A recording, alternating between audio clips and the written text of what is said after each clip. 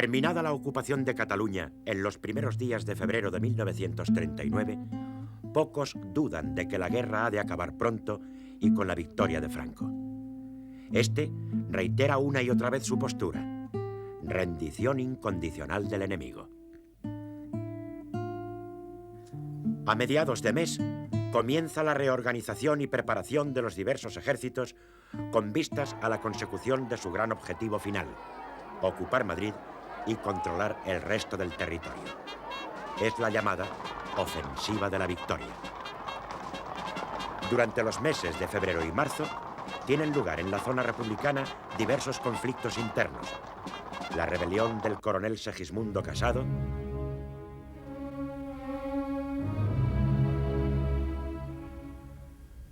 la creación del Consejo de Defensa, la oposición contra este y la marcha a Francia del gobierno Negrín.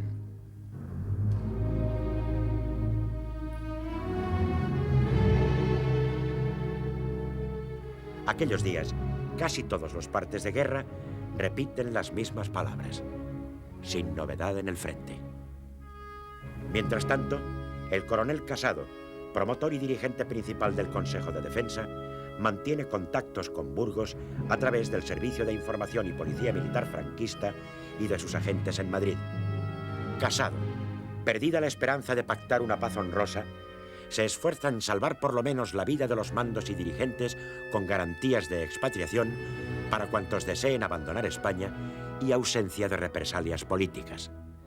Esto implica una entrega escalonada de las fuerzas a su mando. La respuesta de Franco el 18 de marzo es tajante. La única forma de entrega es la rendición sin condiciones, incompatible con negociación. El día 22, el Consejo de Defensa comunica al agente Centaño que acepta la rendición sin condiciones y se somete a la generosidad del caudillo. Con el fin de lograr que la rendición sea lo más ventajosa posible, envía 2 representantes a tratar con las autoridades franquistas. Son el coronel Antonio Garijo y el comandante Leopoldo Ortega, ambos del Estado Mayor del Grupo de Ejércitos del Centro. La entrevista tiene lugar el día 23 en el pequeño aeródromo de Gamonal, cerca de Burgos. Los delegados de Franco son los coroneles del Estado Mayor Central, Luis Gonzalo y José Hungría, este último jefe del Servicio de Información. Repiten a los enviados de Madrid las exigencias conocidas y concretan las normas para la rendición del ejército enemigo y ocupación de su territorio. La aviación deberá rendirse el día 25 y el ejército de tierra el 27.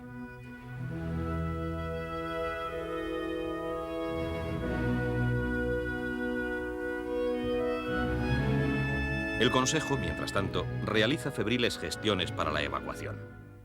Casado, por su parte, escribe una carta personal a Franco con el intento de ganar tiempo. No tiene éxito, como tampoco la nueva entrevista que celebran el día 25, también en Gamonal, los mismos jefes. El 26, cuando ya se ha roto el frente de Córdoba y Extremadura, el Consejo envía una nueva petición al cuartel general de Burgos. Este responde: ante inminencia del movimiento de avance, aconseja que fuerzas rojas en línea saquen bandera blanca para enviar rehenes con igual bandera. Objetivo: entregarse. En el bando republicano, el ejército está compuesto de 50 divisiones con 800 piezas de artillería, 250 carros, un centenar escaso de aviones y ningún buque. En el franquista, 53 divisiones, 3.200 piezas de artillería, 650 carros, más de 500 aviones y una escuadra reducida, pero sin enemigo.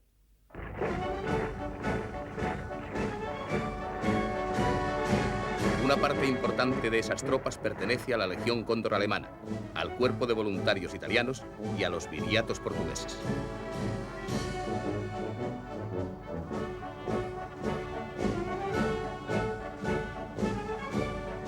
Pero la diferencia más importante no es de medios, sino de moral. En uno, de victoria.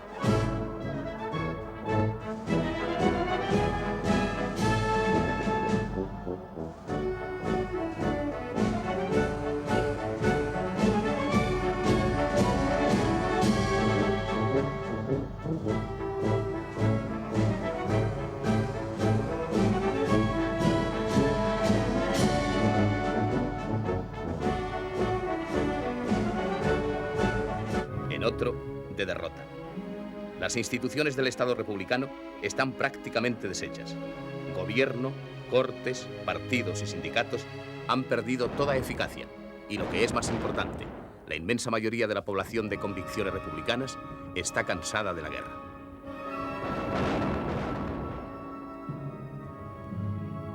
El hambre generalizada y el convencimiento de que todo está irremisiblemente perdido terminan por hundir la escasa moral que queda en la zona controlada por la República.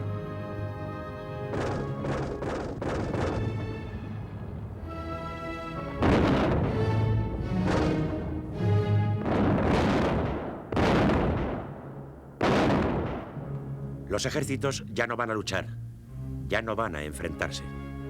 Los frentes se derrumban solos.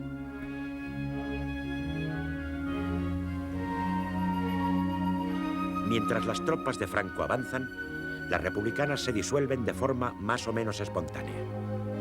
Sus hombres se dirigen hacia los puertos mediterráneos. Regresan a sus casas como evadidos de última hora o se entregan. El domingo 26, el ejército de Franco inicia una gran ofensiva en las zonas aún ocupadas por los republicanos.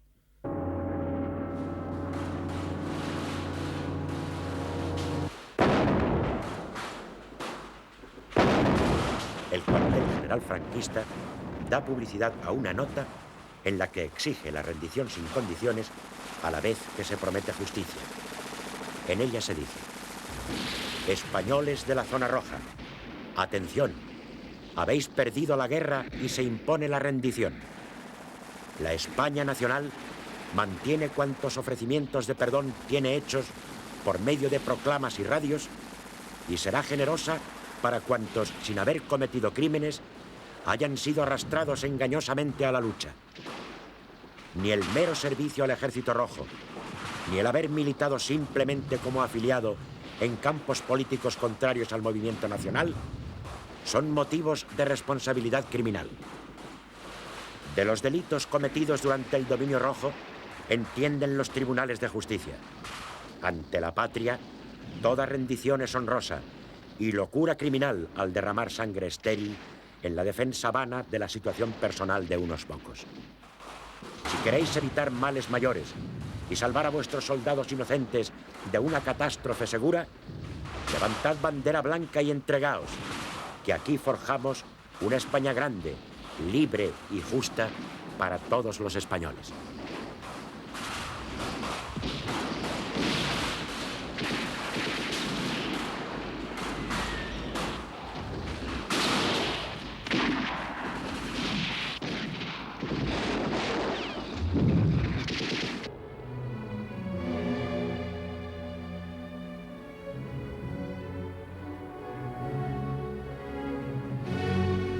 El ejército de Andalucía avanza unos 40 kilómetros y ocupa, entre otros, los pueblos de Hinojosa del Duque, Benalcázar, El Viso y Pozo Blanco. Las fuerzas republicanas no oponen ya resistencia alguna. En el parte oficial de guerra de las fuerzas franquistas se dice: batallones rojos completos, con sus mandos, han levantado bandera blanca entregándose a nuestras fuerzas, siendo de unos 10.000 el número de prisioneros presentados. Para evitar la captura y la represión, muchos mandos, y en especial los comisarios políticos, se retiran hacia los puertos que aún están en manos republicanas, ya que no confían en las promesas de perdón y justicia anunciadas por Franco.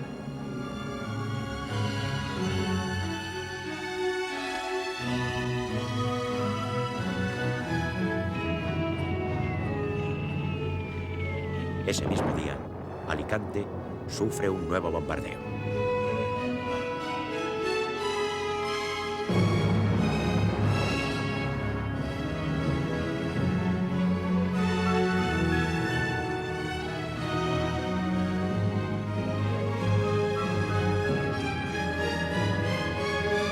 El lunes 27, día en que se redacta el último parte de guerra republicano, el ejército franquista del sur progresa hasta Almadén y Villanueva de Córdoba.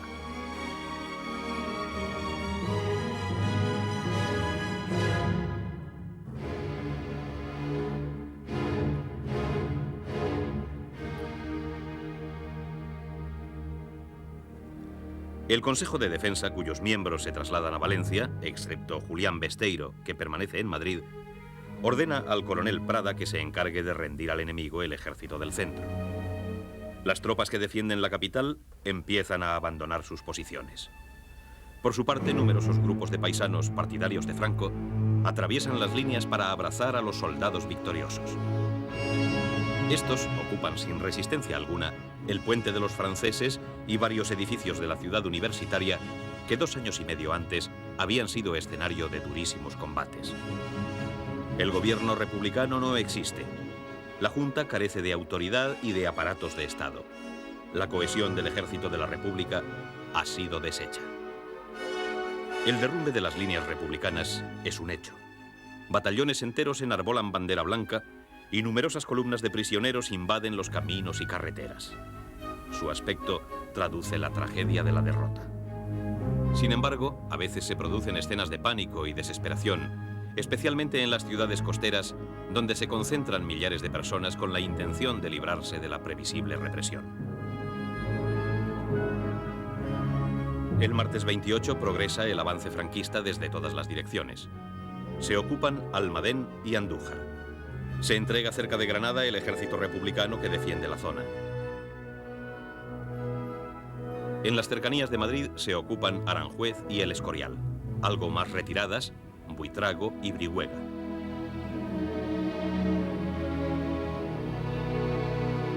En todas partes, las tropas victoriosas son recibidas triunfalmente por los partidarios de Franco y por otras muchas personas que, sin haberlo sido, se unen ahora al carro del vencedor. Sin embargo, otras cierran las puertas de sus casas y no son pocas quienes se esconden. Pero sobre todo ese día es el de la entrada en la capital de España. El ejército de Franco alcanza por fin, después de casi 3 años, su primer y principal objetivo de guerra.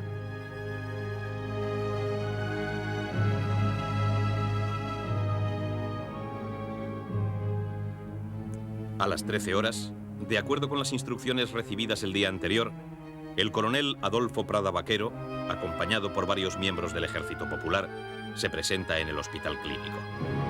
En sus ruinas efectúa la rendición del Ejército del Centro al jefe del sector, coronel Eduardo Losas, quien al mando de la 16 División entra en Madrid por la ciudad universitaria.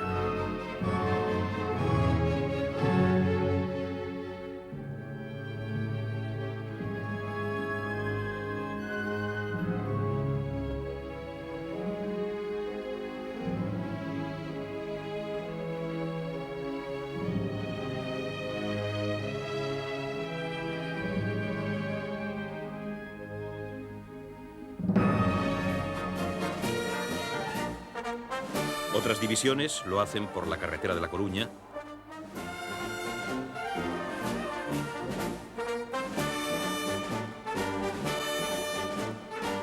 y por el puente de Toledo. La radio jugará un importante papel durante las primeras horas de la ocupación. Es el único medio a través del cual los madrileños tienen información de lo que está ocurriendo después de más de un día de angustia. A media mañana, antes de la rendición oficial, 2 miembros del servicio de propaganda ocupan Unión Radio de Madrid y emiten una nota dirigida a toda España. Españoles, las tropas nacionales están entrando en Madrid. El pueblo madrileño, pletórico de entusiasmo, recorre las calles aclamando a España. Los servicios serán rápidamente reorganizados y enormes convoyes cargados de víveres están llegando a la capital. Españoles, Madrid es nuestro. ¡Arriba España! ¡Viva España!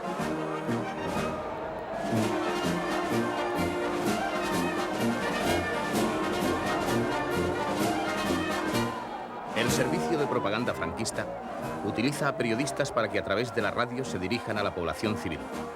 Destaca el locutor Bobby de Glané, que ese mismo día dice: «Os hablo con la voz hecha un nudo en la garganta, con la emoción de estar en Madrid, en este Madrid torturado y que a pesar de sus dolores se pone en pie jubiloso para recibir a nuestras tropas que con igual impaciencia aguardan la tan esperada orden de adelante para tomar posesión de este Madrid que ya es del caudillo y de España, de la España una, grande y libre que soñara José Antonio». y por la que han luchado durante 3 años nuestros heroicos soldados.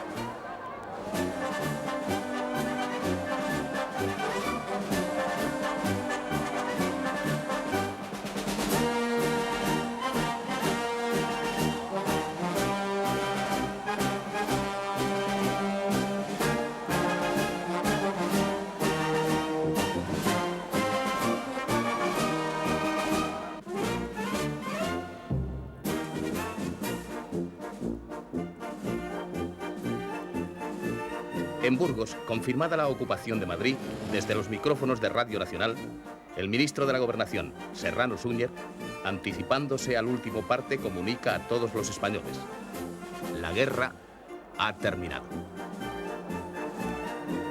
Con las tropas llegan caravanas de camiones de intendencia y de auxilio social para abastecer una población hambrienta. El ayuntamiento, auxilio social y algunas entidades benéficas instalan comedores.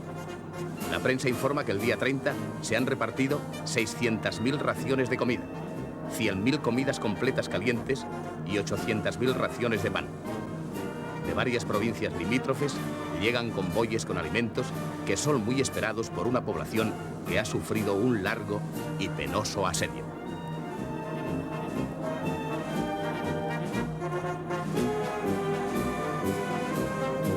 Altavoces colocados por los servicios de propaganda de Falange en los sitios estratégicos de la ciudad transmiten los partes oficiales, anuncian la llegada de alimentos, proclaman alocuciones patrióticas e invitan a los madrileños a reincorporarse a la normalidad. Una de las primeras medidas que toman las fuerzas ocupantes estriba en aplicar a Madrid el estado de guerra. En su virtud, se ordena la entrega de armas, estaciones emisoras de radio no autorizadas y muebles y alhajas cuyos poseedores no las detenten con justificantes de propiedad.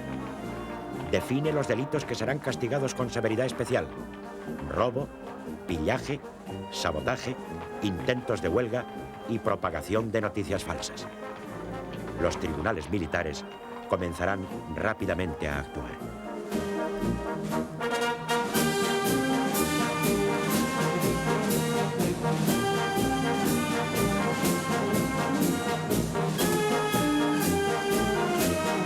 La toma de Madrid es recibida con gran emoción por las potencias fascistas y los diversos regímenes que han apoyado a Franco.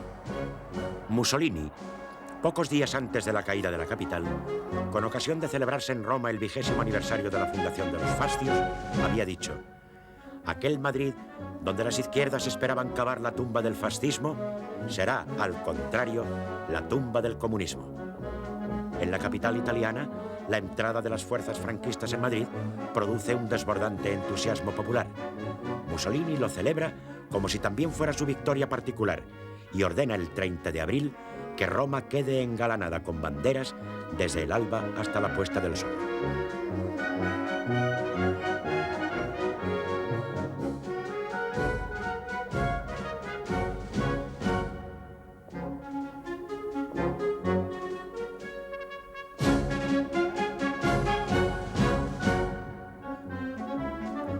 Franco contesta a los telegramas de felicitación que ha recibido de Hitler, Mussolini y del general Carmona, presidente de Portugal, insistiendo en la fraternidad que une a sus pueblos.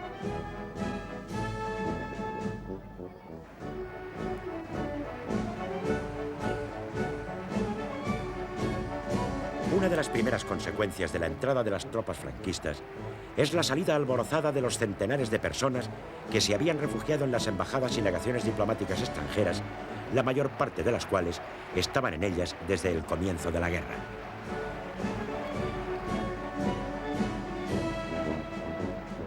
Entretanto, los miembros más activos de la quinta columna, en particular los falangistas, se han ocupado de controlar los servicios públicos más importantes, así como numerosas instituciones oficiales.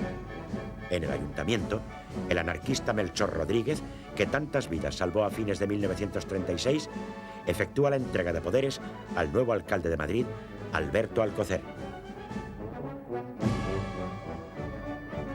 Los partidarios de Franco se echan a la calle, celebrando lo que para ellos ha sido el fin de una larga pesadilla y preparando más de uno el momento y el modo del ajuste de cuentas.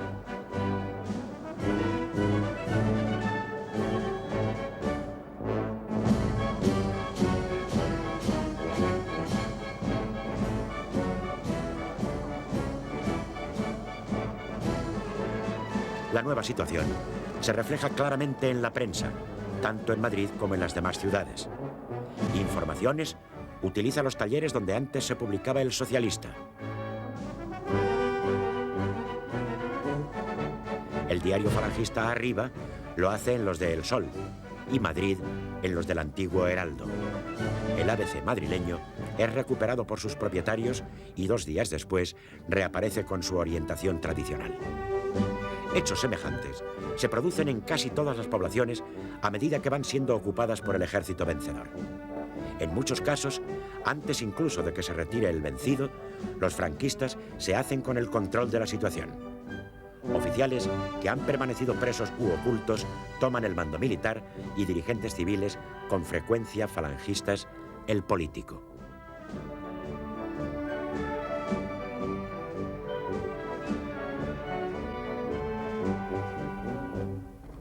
Por su parte, entre los vencidos, y sobre todo entre aquellos que se han significado política o militarmente, la preocupación fundamental estriba en ponerse a salvo.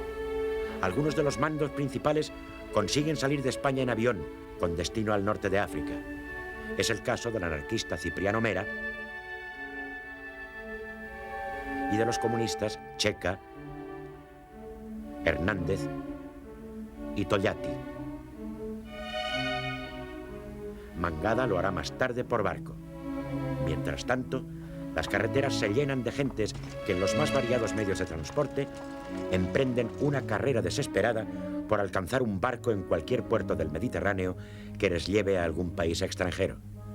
En Valencia se establece una junta de evacuación que trata de realizar su cometido con el orden y eficacia posibles.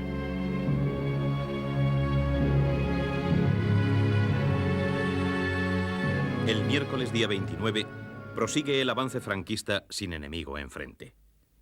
En Andalucía se ocupan Jaén, Linares y Santa Elena a la entrada de Despeñaperros.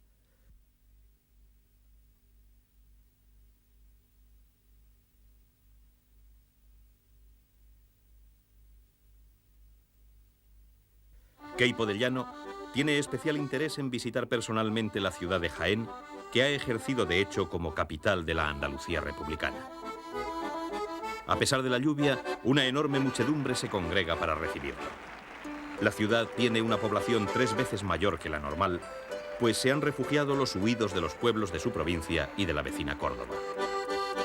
Queipo habla por la radio, precisamente ante el mismo micrófono que los republicanos utilizaron para contrarrestar las charlas del general y que era conocida como la radio anti-Queipo, quien afirma: Ya están aquí las tropas del generalísimo Franco, sintiendo lo que han sufrido estos españoles, pero advirtiéndoles que estos sufrimientos han de servirles para regenerar en ellos el acendrado amor a la patria.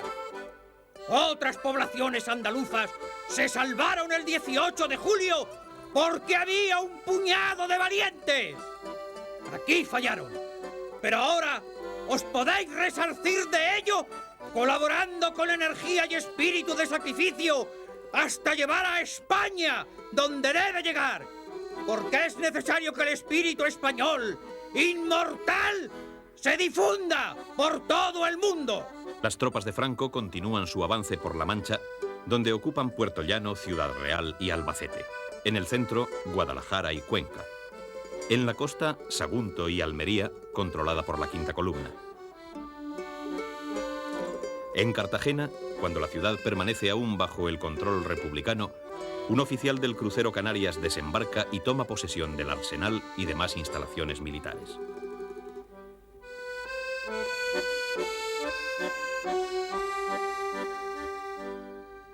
En Valencia, donde todavía permanecen los principales mandos militares republicanos, la situación es particularmente confusa y tensa.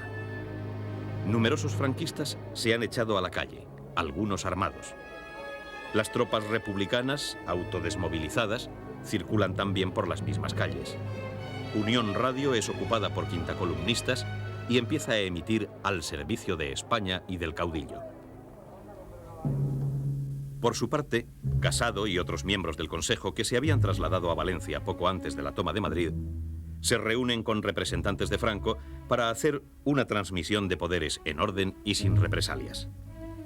Miaja se desplaza a Orán en un avión preparado de antemano. El propio Casado, con otros dirigentes militares y políticos, es transportado en buques británicos hasta Marsella.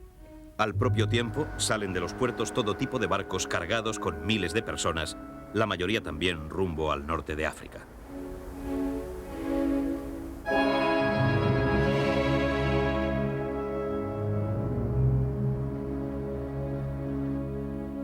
El jueves día 30, los diversos ejércitos de Franco continúan su progresión hacia el este.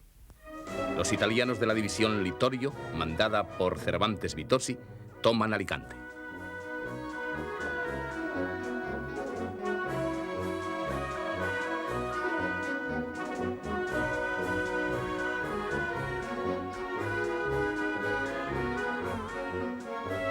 Valencia es ocupada por la 83 División que manda Martín Alonso, bajo las órdenes del general Aranda, jefe del Cuerpo de Ejército de Galicia.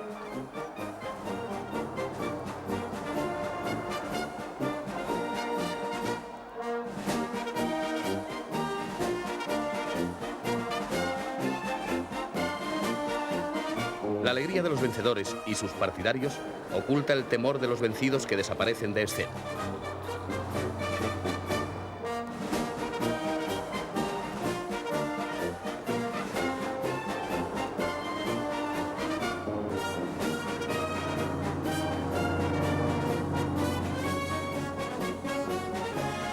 Los balcones se adornan con banderas bicolores y la población saluda a los soldados, se santigua o brazo en alto, festeja la hora del triunfo.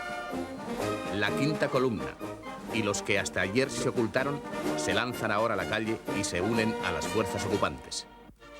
Ante el ayuntamiento desfilan las tropas victoriosas, mientras los aviones sobrevuelan la parada militar que preside el general Orgaz, jefe del ejército de Levante.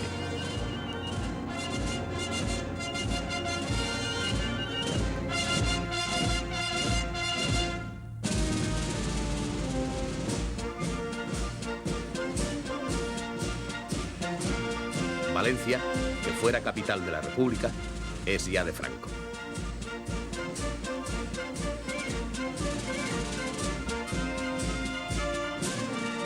Mientras, unidades de la Armada franquista vigilan los puertos del Mediterráneo. La situación de Alicante es especialmente compleja. Entre los que huyen, se ha corrido la voz de que en el puerto hay barcos extranjeros dispuestos a evacuar a cuantos lo deseen. A la ciudad confluyen desde los días inmediatamente anteriores republicanos de todo tipo y convicción, combatientes veteranos, junto a mujeres y niños, partidarios de entregarse y partidarios de resistir hasta el final. Las tropas italianas han ocupado la ciudad, pero no el puerto, en el que se han refugiado unas 12.000 personas, entre ellas algunos de los jefes más destacados que no han podido ponerse a salvo. Esperan ansiosamente la aparición de barcos que no llegan. Mientras, todos pasan hambre y la desesperación se apodera de muchos. La Junta de Evacuación se entrevista con Gambara, jefe del cuerpo expedicionario italiano, quien por propia iniciativa autoriza a los refugiados a permanecer en el puerto al que considera zona neutral o internacional. Pero el mando franquista no acepta el acuerdo y ordena a varios buques de guerra que pongan rumbo al puerto de Alicante.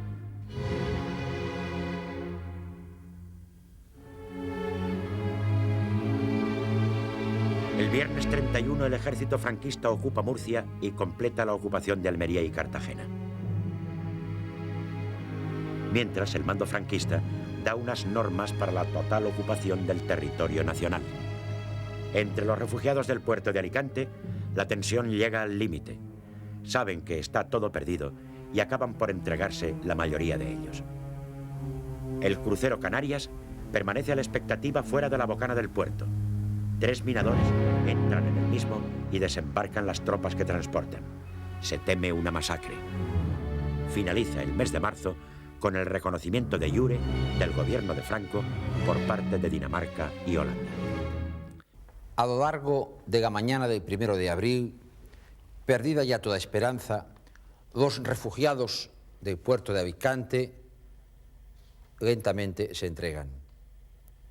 van abandonando el muelle y son hechos prisioneros. Algunos son conducidos a un campo de almendros situado a la espalda del monte San Julián, en la zona de Gateta, cerca de la carretera de Valencia. Sus avatares han sido recreados por numerosas memorias y novelas. Otros son conducidos a la Plaza de Toros, a cuarteles y a diversos centros de internamiento. Algunos se suicidan, como Mariano Viñuales, comisario de la 28 División, y Máximo Franco, comandante de la 127 Brigada, que mueren estrechándose las manos y gritando: «Nuestra última protesta contra el fascismo». Se inicia así un duro cautiverio para los vencidos que se quedan en España, que en muchos casos acabará ante el pelotón de fusilamiento.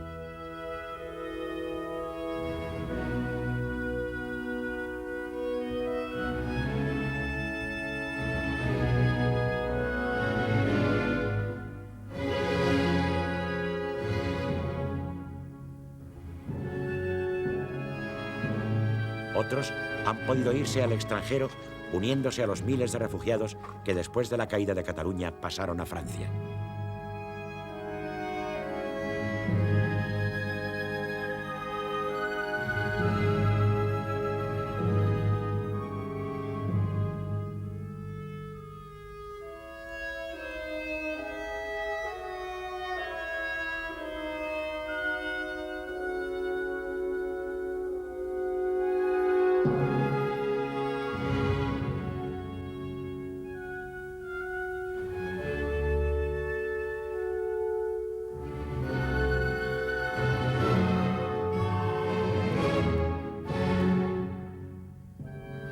En este país residen las principales autoridades de la República.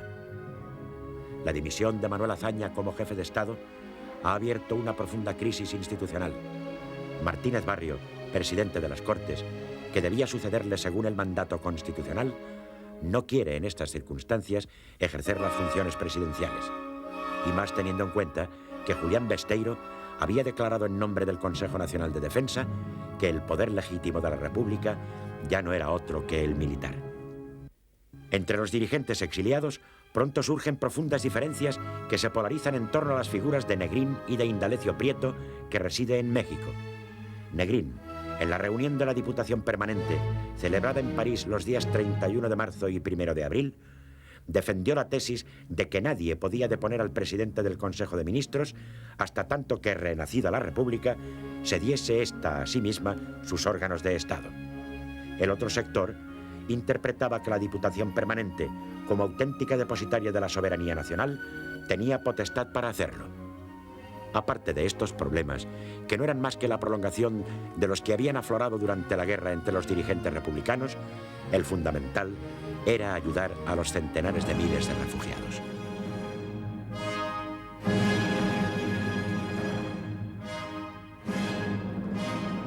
El 29 de marzo se ha reunido en París el Comité Nacional del Frente Popular para estudiar el problema de los refugiados. Se organizó el SERE, Servicio de Emigración para Republicanos Españoles, que preside el antiguo embajador en Londres, Pablo de Azcárate. Otro sector de republicanos, a partir de los bienes que se trasladaron con el barco Vita a México, organizaron la JARE, Junta de Auxilio a los Republicanos Españoles, bajo la presidencia de Luis Nicolau d'Olwer y la vicepresidencia de Indalecio Prieto, en la cual se integraron todos los partidos y grupos republicanos, a excepción de los comunistas y vascos. Ambos organismos reflejan los efectos de la derrota en las filas republicanas y avivan las diferencias existentes, especialmente entre los dirigentes socialistas.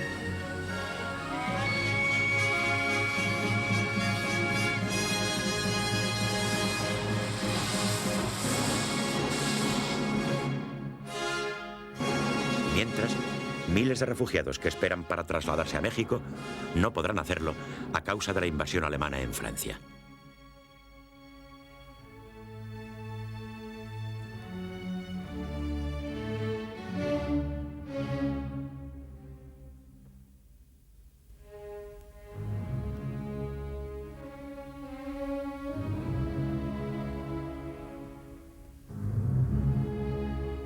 Los que estaban en la zona ocupada tampoco conseguirán marcharse. Solo los instalados en la zona libre lo hicieron. La emigración a México solo afectó a un reducido número de refugiados. Muchos republicanos acogidos en Francia, a pesar de que se encontraban agotados tras 3 años de guerra, no dudaron en aportar su concurso, en muchos casos heroico, a la Segunda Guerra Mundial. Un nuevo estilo invade rápidamente las calles que se pueblan de la propaganda de los vencedores. El espectáculo resulta similar por todas partes. Gritos de "Arriba España" y "Franco, Franco, Franco" hacen enronquecer a sus partidarios, que recorren las calles en camionetas haciendo el saludo romano y gritando "Ya hemos pasado". No pasarán, decían los marxistas, no pasarán, gritaban por las calles, no pasarán, se oía a todas horas por plazas y plazuelas con voces miserables, no pasarán. Ya hemos pasado y estamos en la cava, ya hemos pasado con alma y corazón, ya hemos pasado y estamos esperando a ver caer la bola de la gobernación. Ya hemos pasado.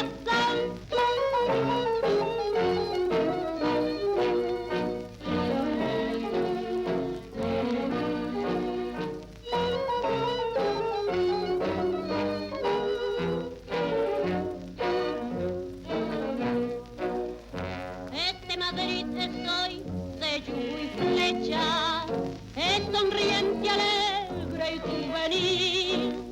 Este Madrid estoy, brazos en alto, vecinos de Pacheban, cual nuevo abril.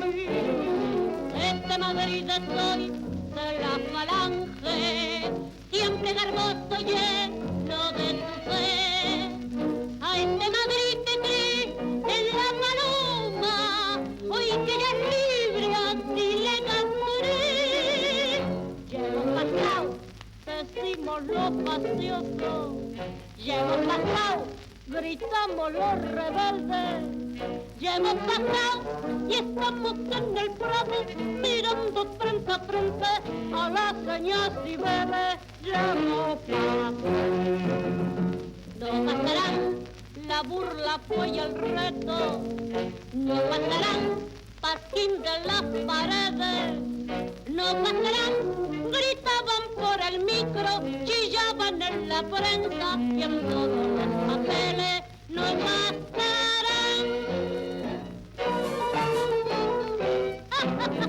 Ya no pasarán.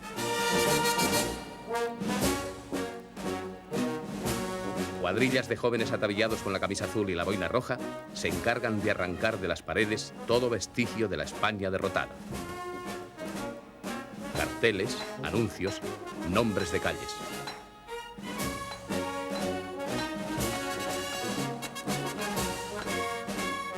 Las nuevas consignas. España es una unidad de destino en lo universal. Todos los césares fueron generales invictos, o por el imperio hacia Dios, señalan el rumbo de los nuevos tiempos.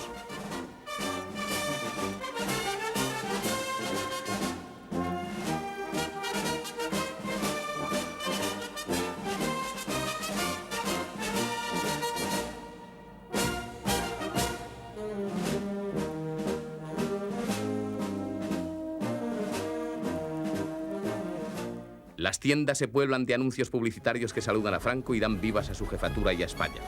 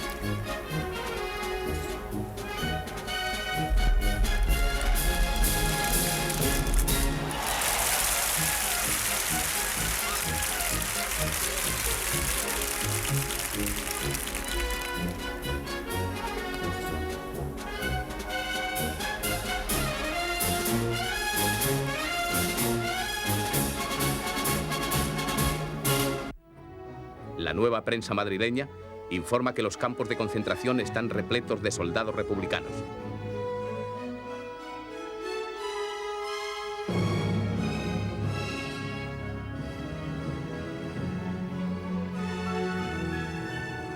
El campo del Club de Fútbol del Madrid resulta insuficiente para contener a los prisioneros y hay necesidad de habilitar otros amplios espacios contiguos.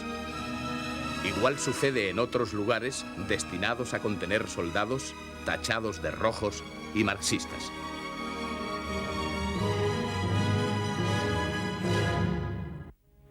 El mismo día 1, empiezan a extenderse salvoconductos para salir de Madrid en las oficinas del Servicio de Información de Policía Militar, situadas en el número 2 del Paseo de Recoletos, que rápidamente será rebautizado de Calvo Sotelo.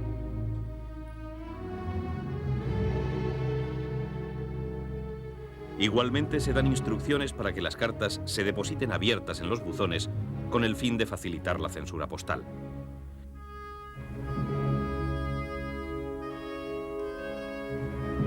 En definitiva, se cursan todo tipo de órdenes con vistas a la completa normalización ciudadana.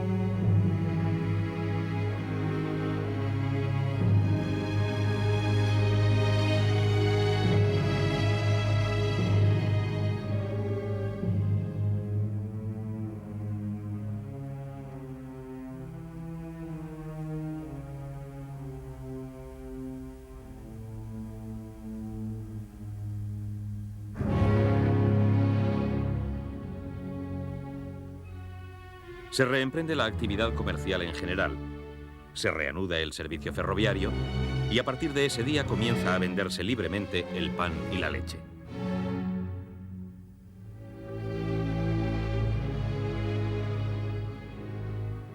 También se señala que desde el domingo 2 de abril solo podrán circular los billetes del Banco de España reconocido por las autoridades de Burgos.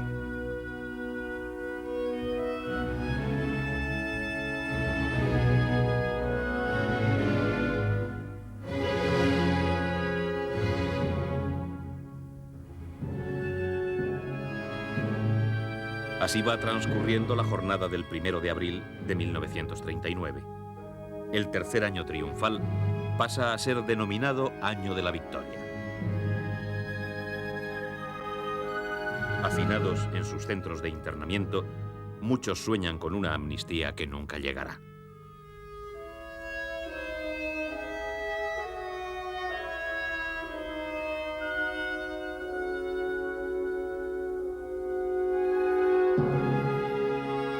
Con la puesta de sol, desaparece para los vencidos también en el horizonte toda esperanza y se abre el pozo negro de la incertidumbre y el miedo.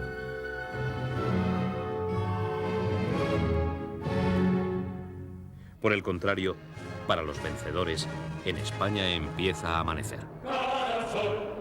Se cursan órdenes para que todos los días a las 11 de la noche en punto, la radio transmita el himno nacional y unas consignas de alerta y recuerdo a los españoles.